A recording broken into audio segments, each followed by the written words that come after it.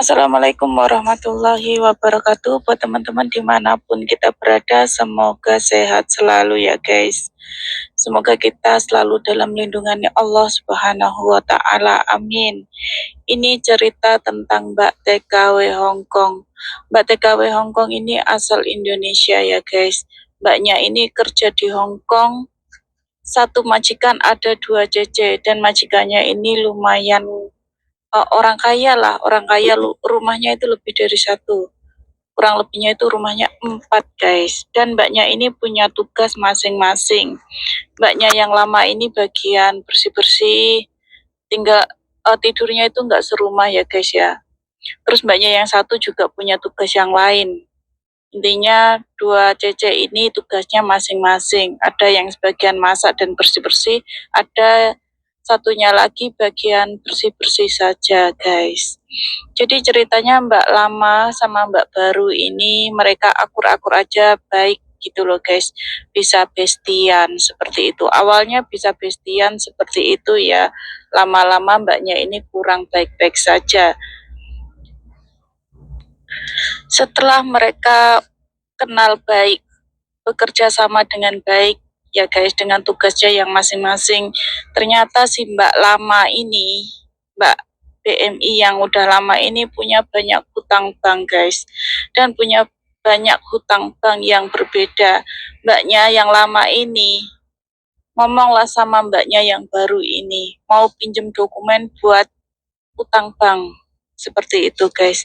Terus mbaknya yang baru ini curhatlah ke suaminya kalau temennya ini baik, terus mau pinjem dokumen buat pinjem bank. Terus sang suami ini juga tahu kalau nyawa kita itu ada pada dokumen itu. Walaupun dipinjem, kalau orangnya nggak bayar, kita yang harus wajib bayar karena udah meminjamkan dokumen kita. Dan suaminya itu melarang keras untuk memberikan dokumen untuk dipinjam buat bayar utang, buat pinjem bank, kayak gitu. Kalau sampai dokumen istrinya ini dipinjamkan ke temannya buat utang bank, suaminya ini mengancam mau cerai, seperti itu guys. Terus akhirnya si mbaknya ini bilanglah ke temannya yang lama itu, kalau saya meminjamkan dokumen saya ke sampean, suami saya mau menceraikan saya. Seperti itu. Akhirnya si mbaknya ini nggak berani meminjamkan dokumen ke temennya itu tadi guys. Terus mbaknya yang lama ini setelah tidak diberikan dokumen untuk utang itu tadi, mbaknya ini langsung berubah total. Jadi nggak suka kayak gitu, yang tadinya bestian, ya seperti itulah guys. Kalau tidak sesuai harapan, kebanyakan itu seperti itu. Jangankan tegur sapa, melihat aja udah tidak suka. Tapi mau gimana lagi? Nah, selang tidak lama kemudian si mbaknya ini, ya Allahu alam ya guys, ini cerita mbaknya, percaya nggak percaya, Allahu alam. Mbaknya itu pas di dapur ngelihat ada kayak belatung gitu guys. Terus nggak lama kemudian mbaknya ini, awalnya mbaknya ini waktu mau kencing itu merasakan sangat sakit ya guys.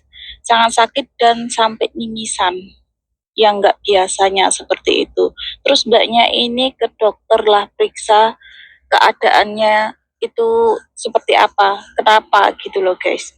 Ternyata dokter mengatakan kalau mbaknya ini kena penyakit batu ginjal. Dan mbaknya ini sempat menduga kalau mbaknya ini kena guna-guna oleh temennya itu tadi guys. Setelah 4 hari dirawat, majikan pun nggak mau membayar biaya rumah sakit. Dan sampai dokter pun mengancam sang majikan bila tidak mau membayarnya. Karena mbaknya ini bekerja yang sangat berat, yaitu mengerjakan 2 rumah yang berbeda di rumah majikannya itu. Dan akhirnya majikan mau membayar biaya pengobatannya.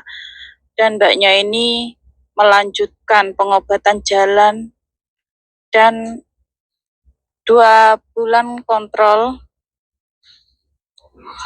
Dan mbaknya ini alhamdulillah sampai sembuh, dinyatakan sembuh lah ya, sembuh. Terus mbaknya ini finish kontrak, mencari majikan yang baru lagi, pindah majikan seperti itu. Sebenarnya mbaknya ini baik ya guys ya, soal kerjaan itu baik, maksudnya toh nggak jadi satu, punya tugasnya masing-masing. Cuman mbaknya ini kelilit utang itu tadi guys, kelilit utang hanya gara-gara nggak dipinjemin dokumen, mbaknya ini langsung berubah 90%. Intinya tidak bisa sesuai harapan dia membantu. Tapi kalau membantu kayak gitu kan ya main licik toh guys. Siapa yang mau juga kalau diperlakukan seperti itu? Maksudnya siapa yang mau apa namanya meminjamkan dokumen buat pinjem pinjem bank kayak gitu? Tidak sedikit orang salah itu tidak mau mengakui kesalahannya, justru malah mereka itu merasa apa ya tersakiti terus dendam kayak gitu. Tapi nggak apa-apa lah, rezeki kan nggak cuma di satu tempat aja. Yang penting kita ini bekerja dengan baik ya, baik dan benar, jujur, bisa dipercaya. Semoga buat mbaknya ini kedepannya itu sukses. Rezeki kan nggak cuma di situ aja. Salam sukses buat anak rantau dimanapun kalian berada, sehat selalu.